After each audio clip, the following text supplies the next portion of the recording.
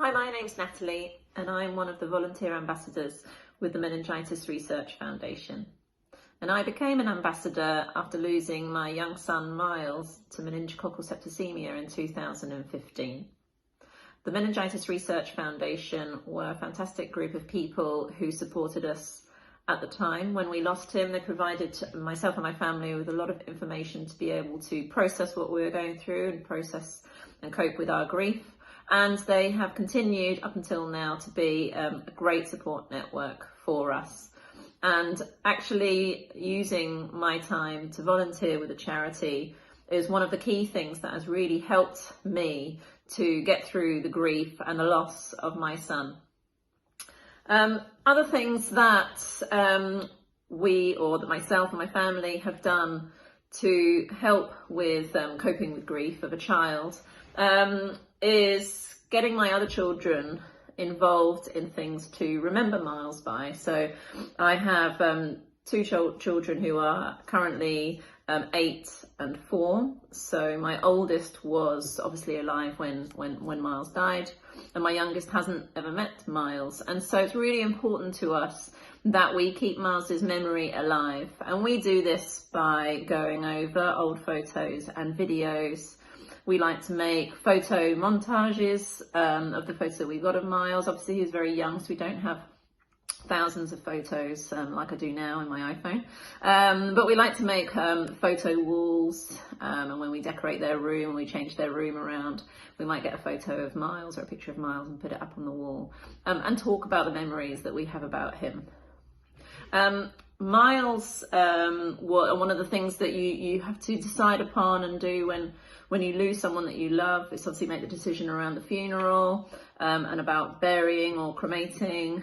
And we had Myles cremated, and so what we have at home is we have a small area where we put a couple of things that we remember him by.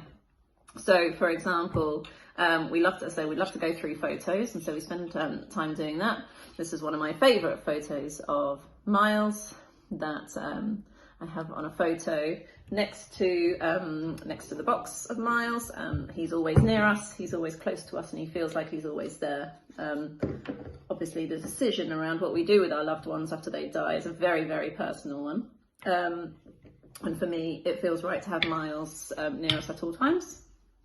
And then we have a toy elephant. So when Myles was sadly taken ill at the hospital, they put this toy elephant with him at Southampton General Hospital.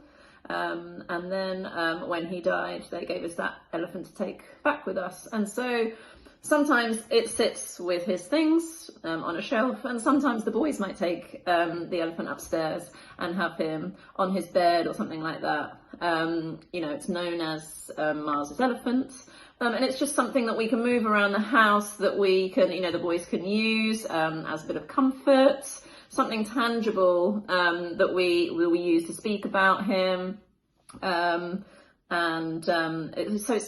nice to be able to spend a bit of time maybe making something like a memory box as well, especially if it's someone that you love and maybe it's their siblings or children that are left behind, that can really get involved in putting together something like a memory box, so that over the years and over the months it's something that you can sit down when you've got a bit of time, and it's trying to think of thinking of the positive things. So you could print off photos, things from the hospital if it was like a baby or a child, from when they were born, and any little poems or something that might remind you of them.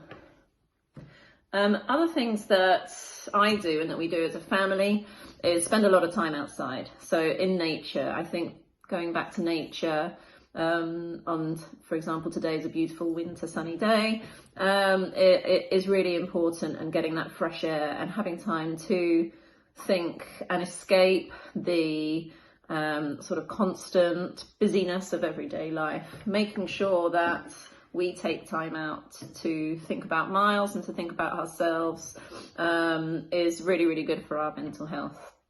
I also like to spend time outside, like speed walking, so keeping healthy, and doing exercise in general, which is obviously so good for us in many ways. Also, when Myles was alive, as I say, he was very young. He was only 7 weeks old.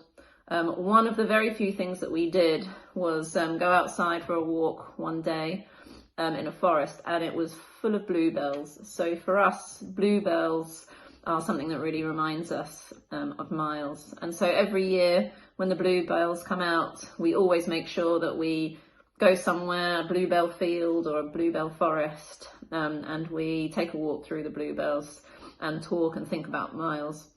And we also planted bluebells in the garden, so that when they start to come out in the spring, we're reminded about Myles also.